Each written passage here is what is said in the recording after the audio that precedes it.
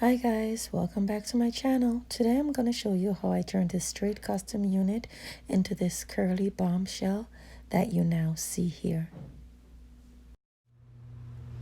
Welcome to Trish One-on-One, where confidence in individuality is beautiful.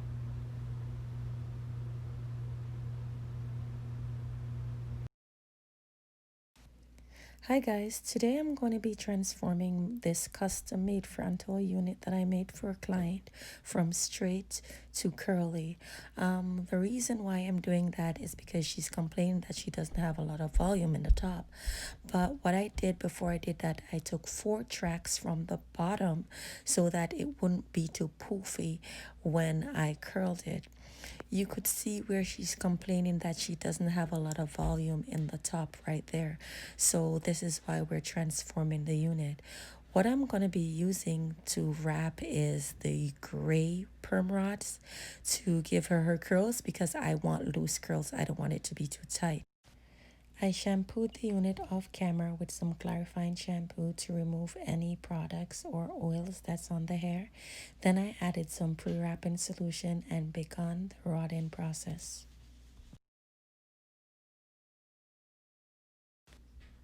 Now that I'm finished wrapping the entire head, I'm going to be using OptiCurl option 3 and I'm going to begin to apply my waving solution.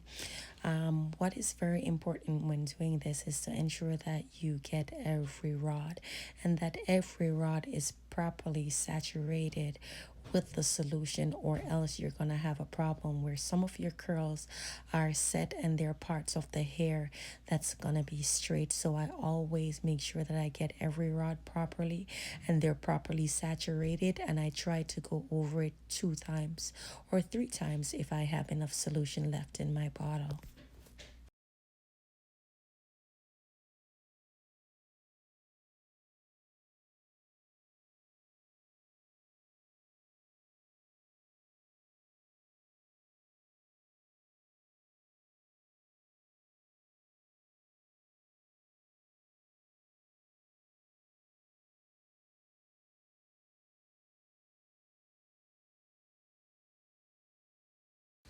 Now that I've finished applying my waving solution, I'm going to go ahead and put some plastic caps on because the perm process normally involves heat that's generated by your own head.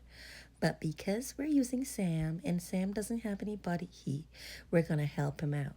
So what I did, I put Sam under the dryer and I lift the hood high and I put it on low heat for 25 minutes just to get the perm to process.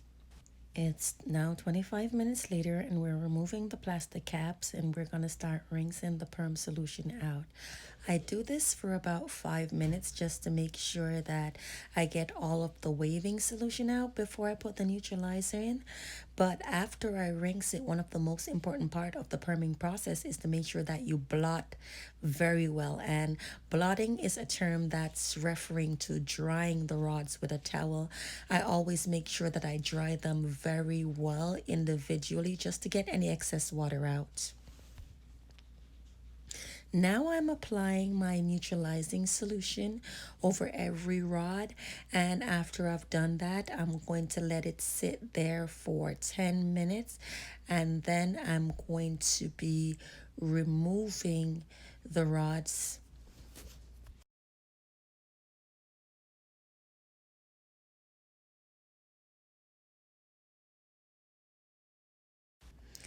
It's 10 minutes later and I'm going to begin to take my rods out. I normally like taking them out from the back because it's easier and it doesn't cause any knotting. I find that when you take it out from the top, the hair falls into the rods down below and you have some obstruction and sometimes the hair knots on you. So I prefer starting from the back. After I've finished taking out the rods, I normally go over the hair with the neutralizing solution just to make sure that every hair strand is properly neutralized. A few minutes later, I start rinsing the neutralizer out with water. And then because it's a perm and we cannot shampoo, I do conditioner. And the reason why I do conditioner is to soften the hair and to also take some of that strong perm smell out. I normally do this for about 5 minutes or so, and then I rinse the unit out. After I've finished rinsing out my conditioner, I start to trim the hair. And the reason why I trim the hair after the perm and not before is to eliminate fish hooks. And fish hooks are just little bends that are on the end of the hair that's caused when you're wrapping it. And when it dries, it causes the hair to look very rough at the ends. And this is why I do my trimming after, to eliminate any rough ends that are there. Now I'm finishing up my trimming, and as you can see, the hair is very soft, and now it's curly. It's not straight anymore, and it's full. It's not looking so sparse, especially in the top where she had the concerns about. You could see it's full. Now this is a transformation, guys, from straight to curly. Now don't forget to like, share, and subscribe, and hit that notification bell. Until next time, with Trish, one-on-one.